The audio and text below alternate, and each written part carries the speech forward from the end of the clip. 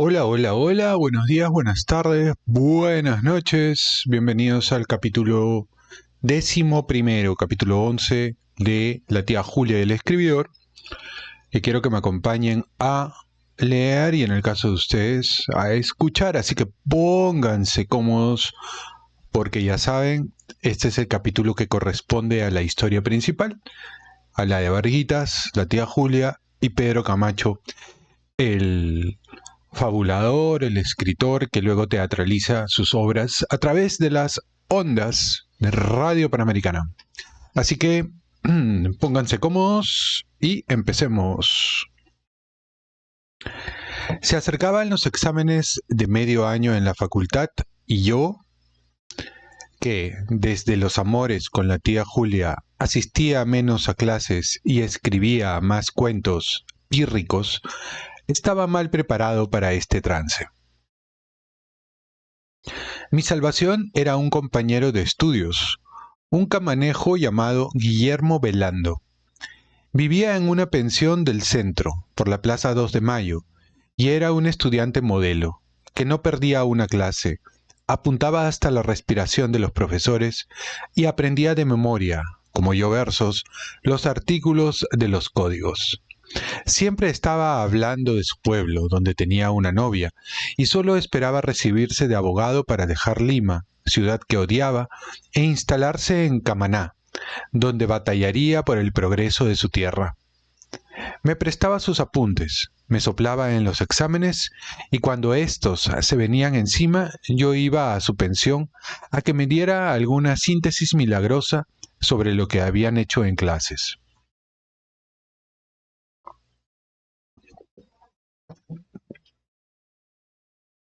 Allí venía ese domingo, después de pasar 3 horas en el cuarto de Guillermo, con la cabeza revoloteante de fórmulas forenses, asustado de la cantidad de latinajos que había que memorizar, cuando, llegando a la Plaza San Martín, vi a lo lejos, en la plomiza fachada de Radio Central, la ventanita abierta del cubículo de Pedro Camacho. Por supuesto, decidí ir a darle los buenos días. Mientras más lo frecuentaba, aunque nuestra relación siguiera sujeta a brevísimas charlas en torno a una mesa de café, el hechizo que ejercían sobre mí su personalidad, su físico, su retórica, era mayor. Mientras cruzaba la plaza hacia su oficina, iba pensando, una vez más, en esa voluntad de hierro que daba al ascético hombrecillo su capacidad de trabajo, esa actitud para producir, mañana y tarde, tarde y noche, tormentosas historias. A cualquier hora del día que me acordaba de él, pensaba, está escribiendo. Y lo veía, como lo había visto tantas veces, golpeando con 2 deditos rápidos las teclas de la Remington y mirando el rodillo con sus ojos alucinados. Y sentía una curiosa mezcla de piedad y envidia. La ventana del cubículo estaba entreabierta. Se podía oír el ruido acompasado de la máquina y yo la empujé al tiempo que lo saludaba. Buenos días, señor trabajador. Pero tuve la impresión de haberme equivocado de lugar y de persona, y solo después de varios segundos reconocí bajo el disfraz compuesto de guardapolvo blanco, gorrita de médico y grandes barbas negras rabínicas al escriba boliviano. Seguía escribiendo inmutable, sin mirarme, ligeramente curvado sobre el escritorio. Al cabo de un momento, como haciendo una pausa entre dos pensamientos pero sin volver la cabeza hacia mí, le oí decir con su voz de timbre perfecto al acariciador: el ginecólogo Alberto de Quinteros está haciendo parir trillizos a una sombrina y uno de los renacuajos se ha atravesado. ¿Puede esperarme 5 minutos? Hago una cesárea a la muchacha y nos tomamos una hierbaluisa con menta. Esperé fumando un cigarrillo, sentado en el alféizar de la ventana que acabara de traer al mundo a los trillizos atravesados, operación que, en efecto, no le tomó más de unos minutos. Luego, mientras se quitaba el disfraz, lo doblaba escrupulosamente y junto con las postizas barbas patriarcales lo guardaba en una bolsa de plástico, le dije: para un parto de trillizos con cesárea y todo, solo necesita 5 minutos. ¿Qué más quiere? Yo me he demorado 3 semanas para un cuento de 3 muchachos que levitan aprovechando la presión de los aviones.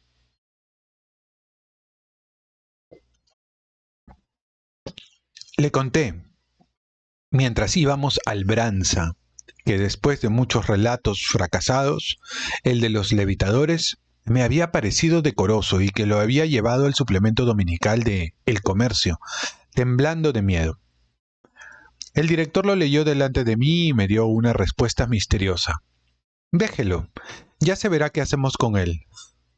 Desde entonces habían pasado 2 domingos en que yo, afanoso, me precipitaba a comprar el diario y hasta ahora nada. Pero Pedro Camacho no perdía el tiempo con problemas ajenos. Sacrifiquemos el refrigerio y caminemos, me dijo, cogiéndome del brazo, cuando ya iba a sentarme y regresándome hacia la colmena. Tengo en las pantorrillas un cosquilleo que anuncia calambre. Es la vida sedentaria. Me hace falta ejercicio. Solo porque sabía lo que me iba a responder, le sugerí que hiciera lo que Víctor Hugo y Hemingway, escribir de pie, pero esta vez me equivoqué. En la pensión La Tapada suceden cosas interesantes, me dijo, sin siquiera responderme mientras me hacía dar vueltas, casi al trote, en torno al monumento a San Martín. Hay un joven que llora en las noches de luna. Yo rara vez venía al centro los domingos, y estaba sorprendido de ver lo distinta que era la gente de semana de la que veía ahora. En vez de oficinistas de clase media, la plaza estaba colmada de sirvientas en su día de salida, serranitos de mejillas chaposas y zapatones, niñas descalzas con trenzas, y entre la abigarrada muchedumbre se veían fotógrafos ambulantes y vivanderas. Obligué al escriba a detenerse frente a la dama con túnica que, en la parte central del monumento, representa a la patria, y para ver si lo hacía reír, le conté por qué llevaba ese extravagante auquénido aposentado en su cabeza. Al vaciar el bronce aquí en Lima, los artesanos confundieron la indicación del escultor, llama votiva, con el de llama animal. No, ni sonrió, naturalmente. Volvió a cogerme del brazo y mientras me hacía caminar, dando encontronazos a los paseantes, reanudó su monólogo indiferente a todo lo que lo rodeaba, empezando por mí. No se le ha visto la cara, pero cabe suponer que es algún monstruo, hijo bastardo de la dueña de la pensión, aquejado de taras, jorobas, enanismo, bicefalia, a quien doña Anastasia oculta de día para no asustarnos y solo de noche deja salir a orearse. Hablaba sin la menor emoción, como una grabadora, y yo, por tirarle la lengua, le repliqué que su hipótesis me parecía exagerada. ¿No podía tratarse de un muchacho que lloraba penas de amor? Si fuera un enamorado, tendría una guitarra, un violín o cantaría, me dijo, mirándome con un desprecio mitigado por la compasión. Este solo llora. Hice esfuerzos para que me explicara todo desde el principio, pero él estaba más difuso y reconcentrado que de costumbre. Solo saqué en claro que alguien, desde hacía muchas noches, lloraba en un rincón de la pensión y que los inquilinos de La Tapada se quejaban. La dueña, doña Anastasia, decía no saber nada, y según el escriba, empleaba la coartada de los espíritus. Es posible también que llore un crimen, especuló Pedro Camacho, con un tono de contador que hace sumas en altavoz, dirigiéndome siempre del brazo hacia Radio Central, después de una decena de vueltas al monumento. ¿Un crimen familiar? ¿Un parricida que se jala los pelos y se araña la carne de arrepentimiento? ¿Un hijo de las ratas? No estaba excitado en lo más mínimo, pero lo noté más distante que otras veces, más incapaz que nunca de escuchar, de conversar, de recordar que tenía a alguien al lado. Estaba seguro de que no me veía. Traté de alargar su monólogo, pues era como estar viendo su fantasía en plena acción.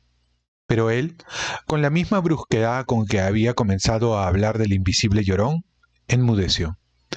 Lo vi instalarse de nuevo en su cubículo, quitarse el saco negro y la corbatita de lazo, sujetarse la cabellera con una redecilla y enfundarse una peluca de mujer con moño que sacó de otra bolsa de plástico. No pude aguantarme y lancé una carcajada. ¿A quién tengo el gusto de tener al frente?, le pregunté todavía riéndome.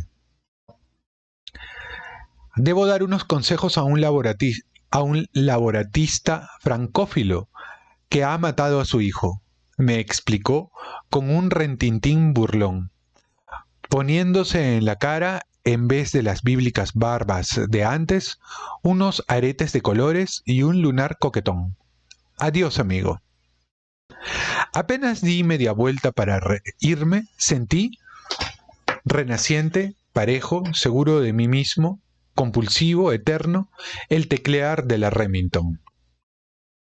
En el colectivo a Miraflores, iba pensando en la vida de Pedro Camacho.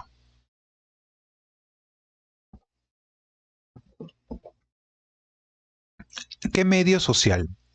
¿Qué encadenamiento de personas, relaciones, problemas, casualidades, hechos habían producido esa vocación literaria? ¿Literaria? ¿Pero qué entonces? Que había logrado realizarse, cristalizar en una obra y obtener una audiencia. ¿Cómo se podía hacer de un lado una parodia de escritor y al mismo tiempo el único que por tiempo consagrado a su oficio y obra realizada merecía ese nombre en el Perú? ¿Acaso eran escritores esos políticos, esos abogados, esos pedagogos que detentaban el título de poetas, novelistas, dramaturgos, porque en breves paréntesis de vidas consagradas en sus 4/5 partes a actividades ajenas a la literatura, habían producido un plaquet de versos o una estreñida colección de cuentos? ¿Por qué esos personajes que se servían de la literatura como adorno o pretexto, iban a ser más escritores que Pedro Camacho, que solo vivía para escribir? ¿Por qué ellos habían leído, o al menos sabían que deberían haber leído, a Proust, a Faulkner, a Joyce, y Pedro Camacho era poco más que un analfabeto? Cuando pensaba en estas cosas sentía tristeza y angustia. Cada vez me resultaba más evidente que lo único que quería hacer en la vida era escritor, y cada vez también me convencía más que la única manera de serlo era entregándose a la literatura en cuerpo y alma. No quería de ningún modo ser un escritor a medias y a poquitos, sino uno de verdad. ¿Como quién? Lo más cercano a ese escritor a tiempo completo y obsesionado con su vocación que conocía era el radionovelista boliviano. Por eso me fascinaba tanto.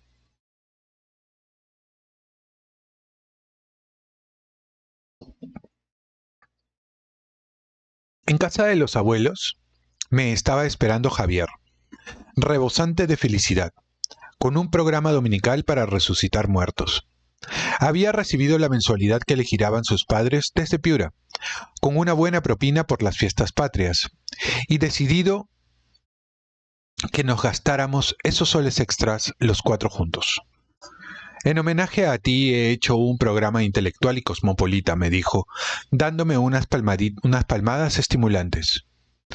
Compañía Argentina de Francisco Petrone, comida alemana en el Rincón Tony y fin de fiesta francesa en el Negro Negro, bailando boleros en la oscuridad. Así como en mi corta vida Pedro Camacho era lo más próximo a un escritor que había visto, Javier era entre mis conocidos lo más parecido a un príncipe renacentista por su generosidad y exuberancia. Era además de una gran eficiencia. Ya la tía Julia y Nancy estaban informadas de lo que nos esperaba esa noche y ya tenía él en el bolsillo las entradas para el teatro. El programa no podía ser más seductor y disipó de golpe todas mis lúgubres reflexiones sobre la vocación y el destino pordiosero de la literatura en el Perú. Javier también estaba muy contento. Desde hacía un mes salía con Nancy, y esa asiduidad tomaba caracteres de romance formal. Haberle confesado a mi prima mis amores con la tía Julia le había sido utilísimo porque, con el pretexto de servirnos de celestinos y facilitarnos las salidas, se las arreglaba para ver a Nancy varias veces por semana. Mi prima y la tía Julia eran ahora inseparables. Iban juntas de compras, al cine e intercambiaban secretos. Mi prima se había vuelto una entusiasta hada madrina de nuestro romance y una tarde me levantó la moral con esta reflexión. Julita tiene una manera de ser que borra todas las diferencias de edad, primo. El magno programa de ese domingo, en el que creo se decidió estelarmente buena parte de mi futuro, comenzó bajo los mejores auspicios. Había pocas ocasiones en Lima, de los años 50, de ver teatro de calidad, y la compañía argentina de Francisco Petrone trajo una serie de obras modernas que no se habían dado en el Perú. Nancy recogió a la tía Julia, donde la tía Olga, y ambas se vinieron al centro en taxi. Javier y yo las esperábamos en la puerta del Teatro Segura.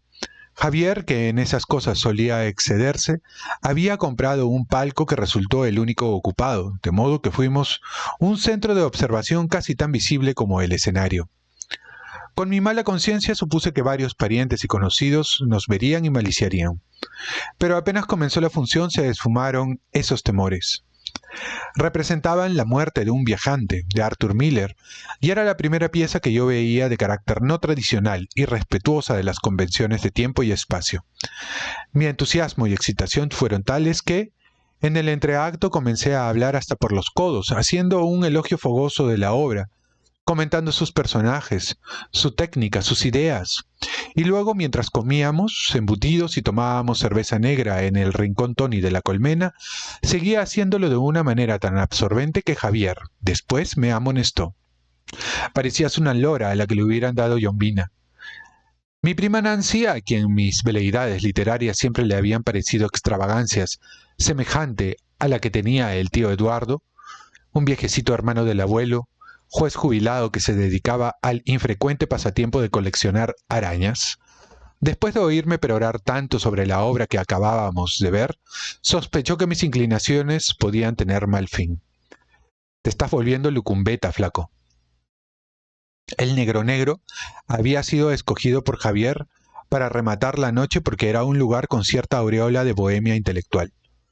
Los jueves se daban pequeños espectáculos, piezas en un acto monólogos recitales, y solían concurrir allí pintores, músicos y escritores, pero también porque era la boate más oscura de Lima, un sótano en los portales de la Plaza San Martín que no tenía más de 20 mesas, con una decoración que creíamos existencialista.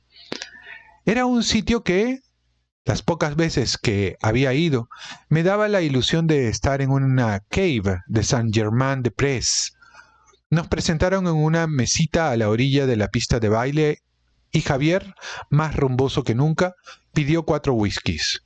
Él y Nancy se pararon de inmediato a bailar y yo, en el reducto estrecho y atestado, seguía hablándole a Julia de teatro y de Arthur Miller. Estábamos muy juntos, con las manos entrelazadas. Ella me escuchaba con abnegación y yo le decía que esa noche había descubierto el teatro. Podía ser algo tan complejo y profundo como la novela, e incluso, por ser algo vivo y en cuya materialización intervenían seres de carne y hueso, y otras artes, la pintura, la música, era tal vez superior.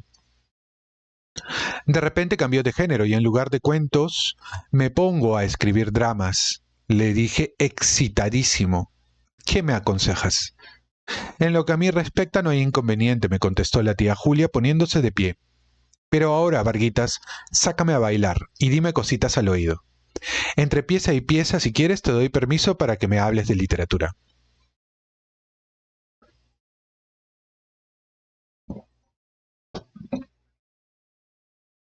Seguí sus instrucciones al pie de la letra. Bailamos muy apretados, besándonos. Yo le decía que estaba enamorado de ella. Ella, que estaba enamorada de mí.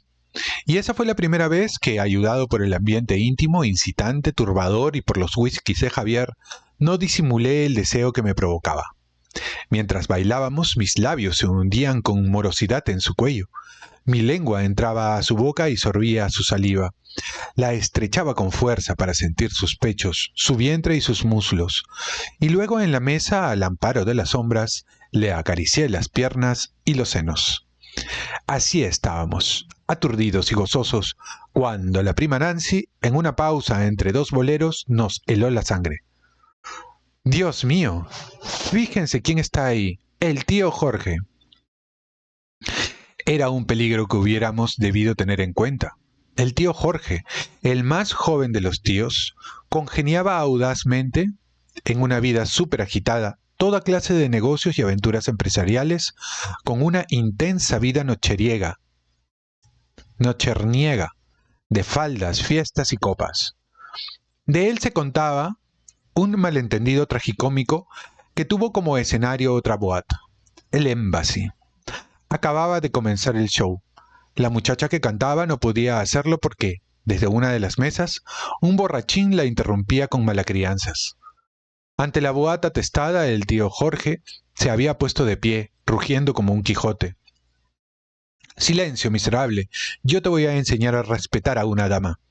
Y avanzó hacia el majadero en actitud pugilística, solo para descubrir un segundo después que estaba haciendo el ridículo, pues la interrupción de la cantante por el pseudocliente era parte del show. Ahí estaba, en efecto, solo a 2 mesas de nosotros, muy elegante, la cara apenas revelada por los fósforos de los fumadores y las linternas de los mozos. A su lado reconocía a su mujer, la tía Gaby, y pese a estar apenas a un par de metros de nosotros, ambos se empeñaban en no mirar a nuestro lado. Era clarísimo. Me habían visto besando a la tía Julia. Se habían dado cuenta de todo. Optaban por una ceguera diplomática. Javier pidió la cuenta. Salimos del negro casi inmediatamente. Los tíos Jorge y Gaby se abstuvieron de mirarnos, incluso cuando pasamos rozándolos. En el taxi a Miraflores, los 4 íbamos mudos y con caras largas. La flaca Nancy resumió lo que todos pensábamos. Adiós trabajos. Se armó el gran escándalo. Pero como en una película de suspenso, en los días siguientes no pasó nada. Ningún indicio permitía advertir que la tribu familiar había sido alertada por los tíos Jorge y Gaby. El tío Lucho y la tía Olga no dijeron una palabra a la tía Julia que le permitiera suponer que sabían. Y ese jueves, cuando valientemente me presenté en su casa a almorzar, estuvieron conmigo tan naturales y afectuosos como de costumbre. La prima Nancy tampoco fue objeto de ninguna pregunta capciosa por parte de la tía Laura y el tío Juan. En mi casa, los abuelos parecían en la luna y me seguían preguntando, con el aire más angelical del mundo, si acompañaba siempre al cine a la Julita, que era tan cinemera. Fueron unos días desasosegados en que, extremando las precauciones, la tía Julia y yo decidimos no vernos ni siquiera a ocultas, por lo menos una semana. Pero en cambio hablábamos por teléfono. La tía Julia salía a telefonearme desde la bodega de la esquina, por lo menos 3 veces al día, y nos comunicábamos nuestras respectivas observaciones sobre la temida reacción de la familia y hacíamos toda clase de hipótesis. ¿Sería posible que el tío Jorge hubiera decidido guardar el secreto? Yo sabía que eso era impensable dentro de las costumbres familiares. ¿Y entonces? Javier adelantaba la tesis de que la tía Gaby y el tío Jorge hubieran tenido encima tantos whiskies que no se dieran bien cuenta de las cosas, que en su memoria solo quedara una remota sospecha y que no habían querido desatar un escándalo por algo no absolutamente comprobado. Un poco por curiosidad, otro por masoquismo, hice esa semana un recorrido por los hogares del clan para saber a qué atenerme. No noté nada anormal, salvo una omisión curiosa que me suscitó una pirotecnia de especulaciones. La tía Hortensia, que me invitó un té con biscotelas, en 2 horas de conversación no mencionó ni una sola vez a la tía Julia. Saben todo y están planeando algo, le aseguraba yo a Javier, y él, harto de que no le hablara de otra cosa, respondía, en el fondo estás muerto de ganas de que haya ese escándalo para tener de qué escribir. En esa semana, fecunda en acontecimientos, me vi inesperadamente convertido en protagonista de una riña callejera y en algo así como guardaespaldas de Pedro Camacho.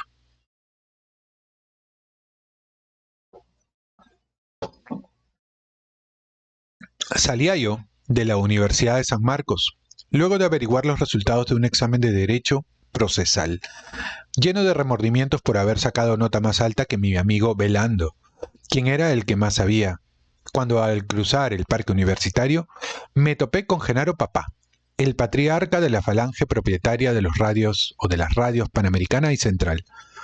Fuimos juntos hasta la calle Belén conversando. Era un caballero, siempre vestido de oscuro y siempre serio, al que el escriba boliviano se refería a veces llamándolo, era fácil suponer por qué, el negrero. Su amigo, el genio, está siempre dándome dolores de cabeza, me dijo. Me tiene hasta la coronilla. Si no fuera tan productivo ya lo hubiera puesto de patitas en la calle. ¿Otra protesta de la embajada argentina?, le pregunté. No sé qué enredos anda armando, se quejó. Se ha puesto a tomarle el pelo a la gente, a pasar personajes de un radioteatro a otro y a cambiarle los nombres para confundir a los oyentes. Ya mi mujer me lo había advertido y ahora llaman por teléfono. Hasta han llegado 2 cartas. Que el cura de Mendocita se llama como el testigo de Jehová y este como el cura. Yo ando muy ocupado para oír radioteatros. ¿Usted los oye alguna vez? Estábamos bajando por la Colmena hacia la Plaza San Martín y entre ómnibus que salían a provincias y cafetines de chinos, y yo recordé que hacía unos días, hablando de Pedro Camacho, la tía Julia me había hecho reír y confirmado mis sospechas de que el escribidor era un humorista que disimulaba. Pasó algo rarísimo. La chica tuvo al peladingo, se murió en el parto y lo enterraron con todas las de la ley. ¿Cómo te explicas que en el capítulo de esta tarde aparezcan bautizándolo en la catedral? Le dije a Genaro Papá que yo tampoco tenía tiempo para oírlos, que a lo mejor esos trueques y enredos eran una técnica original suya de contar historias. No le pagamos para que sea original, sino para que nos entretenga a la gente, me dijo Genaro Papá, que no era, a todas luces, un empresario progresista, sino uno tradicionalista. Con estas bromas va a perder audiencia y los auspiciadores nos quitarán avisos. Usted, que es amigo suyo, dígale que se deje de modernismos o que se puede quedar sin trabajo. Le sugerí que se lo dijera él mismo, que era el patrón. La amenaza tendría más peso. Pero Genaro Papá movió la cabeza, con un gesto compungido que había heredado Genaro hijo. No admite siquiera que yo le dirija la palabra.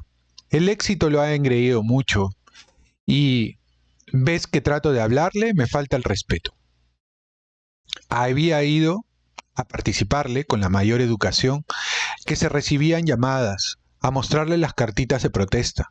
Pedro Camacho, sin responderle una palabra, cogió las 2 cartas, las hizo pedazos sin abrirlas y las echó a la papelera. Luego se puso a escribir a máquina como si no hubiera nadie presente, y Genaro Papá lo oyó murmurar cuando, al borde de la apoplejía, se iba de esa cueva hostil. Zapatero a tus zapatos. Ya no puedo exponerme a otra grosería así.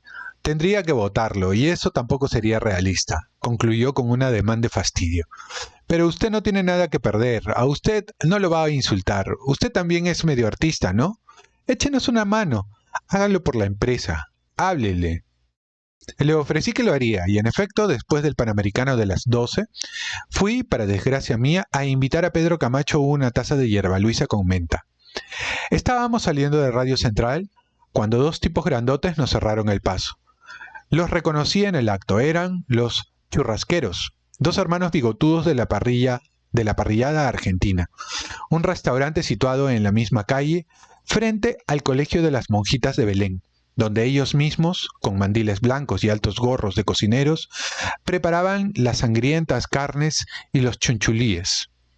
Rodearon al escriba boliviano con aire matonesco y el más gordo y viejo de los 2 lo increpó.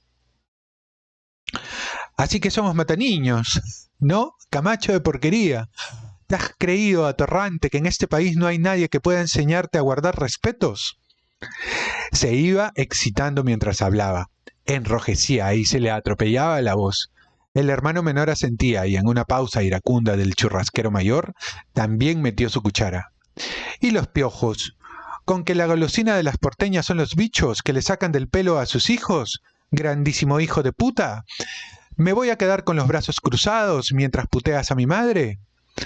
El escriba boliviano no había retrocedido ni un milímetro y los escuchaba, paseando de uno a otro sus ojos saltones con expresión doctoral.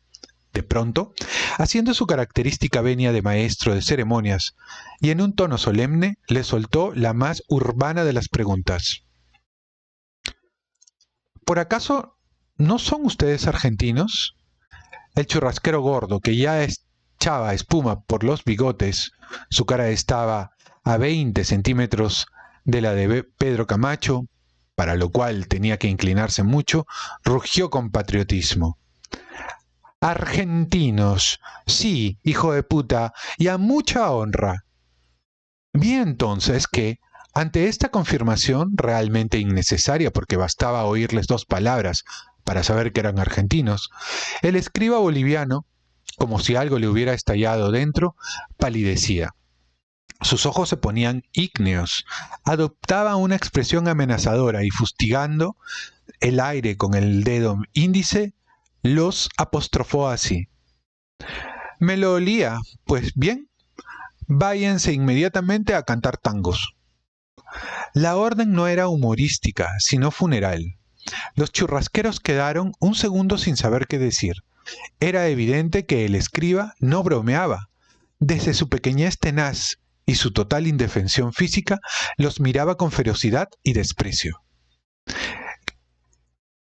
¿Qué ha dicho usted? Articuló por fin el churrasquero gordo, confuso y encolerizado.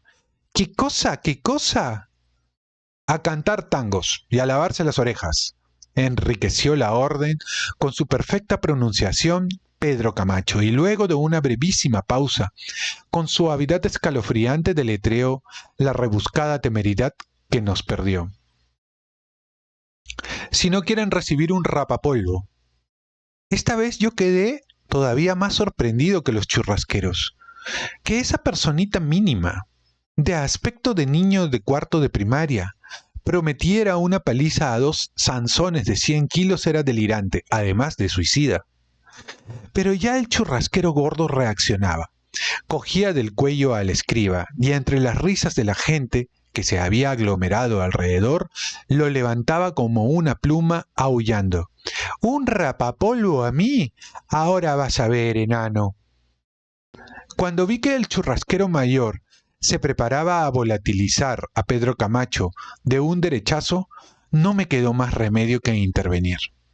Lo sujeté del brazo, al tiempo que trataba de liberar al polígrafo, quien amoratado y suspendido pataleaba en el aire como una araña y alcancé a decir algo así como «Oiga, no sea abusivo, suéltelo». Cuando el churrasquero menor me lanzó, sin preámbulos, un puñetazo que me sentó en el suelo, desde allí, y mientras, aturdido, dificultosamente me ponía de pie y me preparaba a poner en práctica la filosofía de mi abuelo, un caballero de la vieja escuela, quien me había enseñado que ningún arequipeño digno de esa tierra rechaza jamás una invitación a pelear, y sobre todo una invitación tan contundente como un directo al mentón.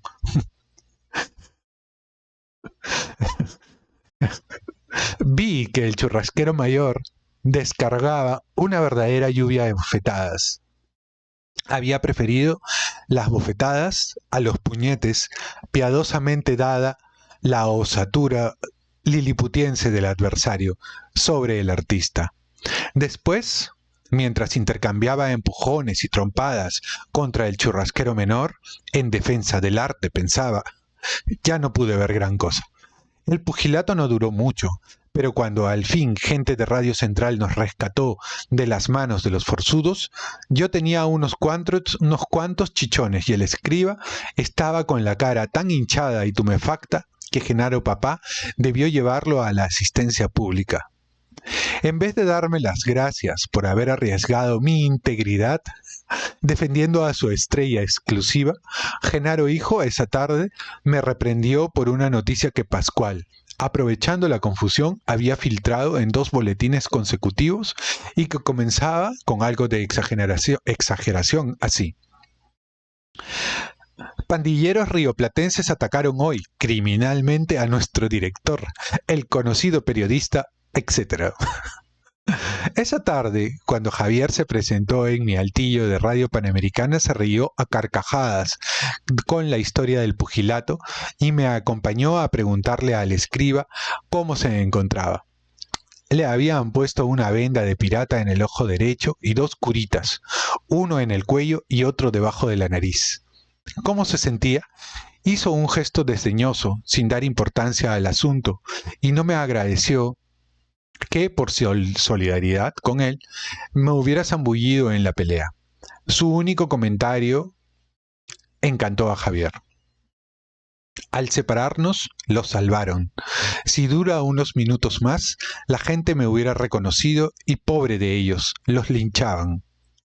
Fuimos al Branza, y allí nos contó que en Bolivia una vez un futbolista de ese país, que había oído sus programas, se presentó en la radioemisora armado de un revólver que, por suerte, detectaron a tiempo los guardianes. Va a tener que cuidarse, le previno Javier. Lima está llena de argentinos ahora. Total, a ustedes y a mí, tarde o temprano, tendrán que comernos los gusanos, filosofó Pedro Camacho. Y nos instruyó sobre la transmigración de las almas, que le parecía artículo de fe. Nos hizo una confidencia. Si se pudiera elegir a él en su próximo estadio vital, le gustaría ser algún animal marino, longevo y calmo, como las tortugas o las ballenas. Aproveché su buen ánimo para ejercitar, en función ad honorem de puente entre él y los Genaros, que había asumido hacia algún tiempo, y le di el mensaje que Genaro papá había llamadas, cartas, episodios de los radioteatros que algunas gentes no entendían. El viejo le rogaba no complicar los argumentos, tener en cuenta el nivel del oyente medio, que era más bien bajo. Traté de dorarle la píldora, poniéndome de su lado. En realidad lo estaba. Ese ruego era absurdo, por supuesto. Uno debía ser libre de escribir como quisiera. Yo me limitaba a decirle lo que me habían pedido. Me escuchó tan mudo e inexpresivo que me hizo sentir muy incómodo. Y cuando callé tampoco dijo una palabra. Bebió su último trago de yerba luisa, se puso de pie, murmuró que debía regresar a su taller y partió sin decir hasta luego. ¿Se había ofendido porque le hablé de las llamadas delante de un extraño? Javier creía que sí y me aconsejó que le pidiera excusas. Me prometí no servir nunca más de intercesor a los Genaros. Esa semana que estuve sin ver a la tía Julia, volví a salir varias noches con amigos de Miraflores, a quienes desde mis amores clandestinos no había vuelto a buscar. Eran compañeros de colegio o de barrio, muchachos que estudiaban ingenierías, como el Negro Salas, o medicina, como el Colorado Molfino, o que se habían puesto a trabajar, como Coco Lañas, y con quienes desde niño había compartido cosas maravillosas, el fulbito y el Parque Salazar, la natación en el Terrazas y las olas de Miraflores, las fiestas de los sábados, las enamoradas y los cines. Pero en estas salidas, después de meses sin frecuentarlos, me di cuenta que algo se había perdido de nuestra amistad. Ya no teníamos tantas cosas en común como antes. Hicimos las noches de esa semana las mismas proezas que solíamos hacer. Ir al pequeño y vetusto cementerio de Surco para, merodeando a la luz de la luna entre las tumbas removidas por los temblores, tratar de robarnos alguna calavera. Bañarnos desnudos en la enorme piscina del balneario Santa Rosa, vecino a Ancón, todavía construyéndose, y recorrer los lóbregos burdeles de la avenida Grau. Ellos seguían siendo los mismos, hacían los mismos chistes, hablaban con las mismas chicas, pero yo no podía hablarles de las cosas que me importaban, la literatura y la tía Julia. Si les hubiera dicho que escribía cuentos y que soñaba en ser escritor, no hay duda que, como la flaca Nancy, hubieran pensado que se me había zafado un tornillo. Y si les hubiera contado, como ellos a mí, sus conquistas, que estaba con una señora divorciada que no era mi amante, sino mi enamorada, en el sentido más miraflorino de la palabra, me hubieran creído, según una linda y esotérica expresión muy en boga en esa época, un cojudo a la vela. No les tenía ningún desprecio porque no leyeran literatura, ni me consideraba superior por tener amores con una mujer hecha y derecha. Pero lo cierto es que en esas noches, mientras escarbábamos tumbas entre los eucaliptos y los muelles de Surco, o chapoteábamos bajo las estrellas de Santa Rosa, o tomábamos cerveza y discutíamos los precios con las putas de Nanette, yo me aburría y pensaba más en los juegos peligrosos, que tampoco esta semana había aparecido en el comercio, y en la tía Julia, que en lo que me decían. Cuando le conté a Javier el decepcionante reencuentro con mis compinches del barrio, me respondió sacando pecho. Es que siguen siendo mocosos.